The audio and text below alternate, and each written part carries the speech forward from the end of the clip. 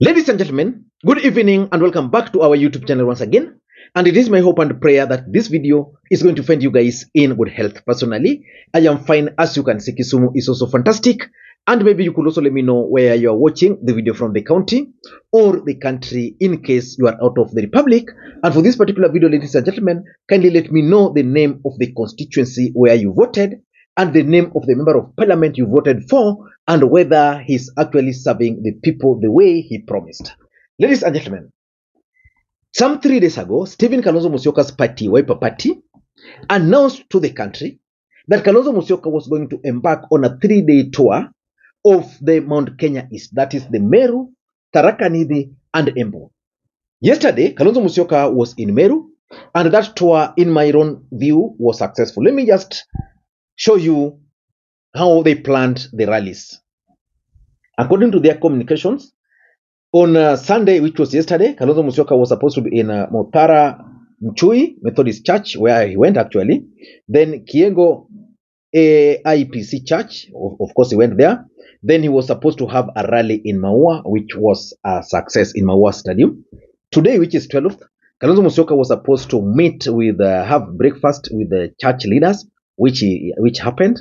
Then he was supposed to have meet the people tour of Goko Romoni Market, and then drive to Chuka Town. And then from tomorrow, Kalonzo Musyoka is expected in Embu Town now, where he's going to meet at Matatu Terminus. Then he was going to open Wiper office in Kabara Market, and then drive through Makima and Tiri markets.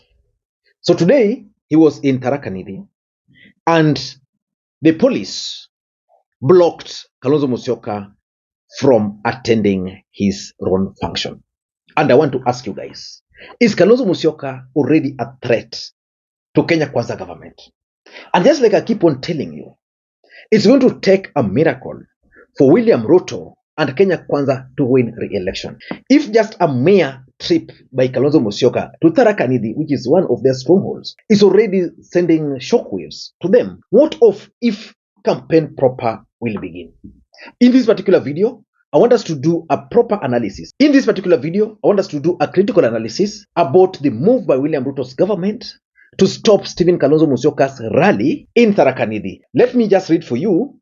There's a story I'm reading, and of course it's already trending on Twitter, that the police stops Kalonzo Musyoka from addressing 2 rallies in Tharaka Nithi. Let me just read for you part of that story so that we can be on the same page. Then I'm going to explain to you guys why William Ruto is scared of Kalonzo Musyoka and why he had to stop that rally. This is what the story is saying. Police in Tharaka Nithi have barred Wiper Party leader Kalonzo Musyoka from addressing 2 public meetings in Ndagani and Chuka Towns. Kalonzo, who is on a 3-day tour of Mount Kenya East region, is expected to arrive in 2 towns on Monday afternoon on the second leg of his Meet the People tour. Just listen to this. The organizers of the tour, led by Lawyer Kirimi Muturi, had written to the officer commanding Chuka police stations, OCS, on Wednesday 10th, notifying the police and requesting for security during the meetings. Constitutionally, what is expected of any political party to do is to notify the police that on this particular day will be attending or will be organizing an event in your area. Normally it's just notification. Then the police is normally expected to provide security, which they did. But now listen to this interesting part. The OCS responded by sending back the letter from the Wiper Party with 1 handwritten sentence saying the meeting are not allowed. This is what he is quoted to have said. Noted, the meetings at Ndagani and Chuka bus stage are hereby declined. The OCS has declined. The OCS reports directly to the office of the president. And this is what the story is proceeding to say, that according to the police notification letter seen by the nation, Muturi had indicated that Kalonzo and his entourage would have stopovers and that they would require security if need be. You see, normally they are just supposed to request for security if need be. But if there's no need, rallies are just supposed to proceed. The Wiper leader is accompanied by former Cabinet Secretary Eugene Wamalwa and Peter Munya, Kitui Senator Enoch Wabua, and several other members of parliament. Tharaka Nithi County Police Commander Zacchaeus Ngeno said the organizers of the meeting had not complied with the law and hence the decision to cancel the rallies. The truth of the matter is that William Ruto is scared of Stephen Kalonzo Musyoka. And why do you think William Ruto is scared of Stephen Kalonzo Musyoka? That's exactly what I want us to do in this video. But before we do that, for those who are watching this channel for the first time, please take a second or two, click that subscribe button so that next time we produce a video like this, YouTube will automatically notify you.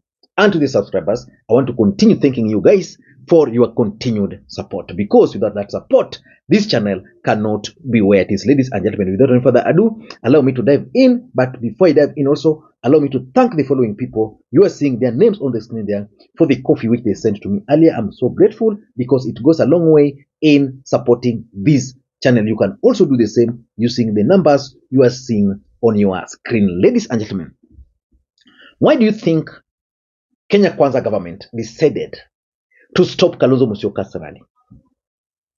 This is not Mandamano. If it was Mandamano, you'd say, but Kalonzo Musyoka is a Kenyan, is a political leader. He has each and every right to organize and to attend any political event in any part of the country. Why would he be blocked from addressing rallies in those two stops? Number one of the biggest fear in Kenya Kwanza today is Kalonzo Musyoka. And their biggest fear in Mount Kenya East is that Kalonzo Musyoka can actually create a wave. The truth of the matter is that as things stand today, William Ruto is losing Mount Kenya. And I remember Jeremiah Kioni opining very clearly that as much as there were mass exodus from Kenya Kwanza, they were not joining Azimio. So we've seen the re-emergence of PNU led by Peter Munya and of course now Wiper. So it means Wiper might provide an alternative to them. And the truth of the matter is that if you look at the two rallies which they stopped, the one in Chuka bus stage, that is an area that William Ruto was the other day, and the residents there just proceeded with their activities. So they feared that if Kalonzo Musyoka had gone there, probably the turnout would have been big enough. And with a big turnout, it would have meant that Kalonzo Musyoka was going to gain the momentum. There is no way these guys are going to allow Kalonzo Musyoka to gain momentum. Remember, Kalonzo Musyoka is a camper. If, for example, Azimio La Moja One Kenya Alliance were to support Kalonzo Musyoka, were to say Kalonzo Musyoka is our presidential candidate, the truth of the matter is that Mount Kenya East, the chances of Mount Kenya East now siding with Kalonzo Musyoka is going to be very, very high. And that is the biggest fear these guys are facing. Number two, it is clearly an intention of provoking Kalonzo Musyoka to see his reaction. How can Kalonzo Musyoka react in a situation where the police stops his rally? Can he proceed? Can he go home? And if he can go home, then it means the next day he will call for another rally somewhere else. The police would go and would stop. If I were to advise Kalonzo Musyoka, he must be prepared for such kind of encounter. I'm seeing a situation where the government would want to provoke him more to see how he's going to react. Remember, Peter Munya was there. Were people going to support them, stand with them and tell the police, no, this rally is going to go on? Was Kalonzo Musyoka going to go to that rally by force? Those are the questions. So generally, the intention is not really to do anything, but just to provoke Stephen Kalonzo Musyoka. Number three, William Ruto is experimenting. And is experimenting with the police. How effective can the police be as far as stopping political campaigns, as far as frustrating opposition rallies are concerned? The other day, you saw what happened to Arati. Simba Arati was just issuing bursaries. Then the goons came, threw tear gas. And I could clearly tell the hands of the police. It was act of experimenting. The other day, the police just decided to go and surround Simba Arati's event. When Raila Odinga supporters decided to host birthday cakes across the country, what happened? The police just threw tear gas. What is that? They are experimenting with something. And particularly Stephen Kalonzo Musyoka must be very, very careful that the police are experimenting how he's going to react to provoke him and whether he has that ability to take the government on or the police on for that particular matter. So these guys, in my view, are going to really use the police to frustrate Azimio, because tomorrow Azimio will say we are going to Ukambani, Machakos. Then the police will stop the rally. Chaos will erupt. Just like they are trying to provoke Raila Odinga and ODM party in Luo Nyanza here, where they are trying to install a care in the name of Nyandiko. Well, we all know that the care for Luo ideally was Otonde. When Otonde was alive, Nyandiko still claimed the possession.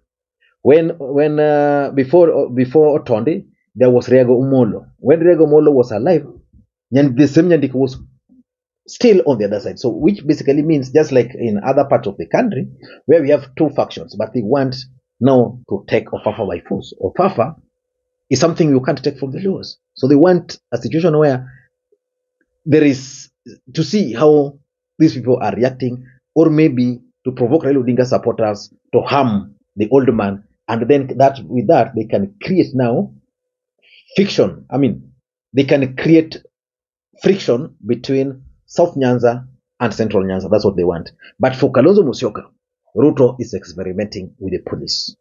How are you going to react? How are your members going to react? Are they going to be sympathetic when such kind of things happen to you? Remember, William Ruto and Rigathi Gachagua were very clear that they were not going to weaponize the police. Number 4, the kind of messaging these guys were delivering to the mountain is something they could not stomach. So they had to continue stopping. I don't know whether Kalonzo Musyoka's rallies for tomorrow will be allowed. I'm not so sure. But if they will be allowed, it clearly means that the messaging is getting right into the people. So Kalonzo Musyoka and the team must continue with the kind of messaging. They must go down there and tell the people what Ruto promised them and how he has betrayed them. Simple. And he can also take the time to explain to them what he's planning to do and his alternatives. That's the only way. Because that kind of messaging they're telling the people is what they don't want the people to hear. And lastly, I'm also convinced that the presence of Peter Munya could be the reason why they blocked those rallies. Peter Munya is supposed to be the face of Mount Kenya East in Azimio. During the last election, Raila Odinga even went ahead and nominated him as a cabinet secretary. That is the fact. So after the election, Peter Munya took some low profile, but he has emerged. There's a strong feeling that the emergence of Peter Munya can be attributed to Uhuru Kenyatta's schemes. Uhuru Kenyatta understands that William Ruto is keen on taking Jubilee Party.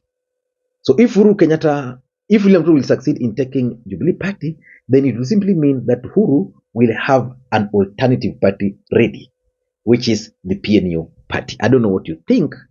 That is my take, and maybe you never know. Maybe Kithure Kindiki doesn't want anybody to go to Meru, but I doubt. Kithure Kindiki is a refined guy. I don't think he can play these games. Until next time, this is Lee Makwiny. Bye-bye.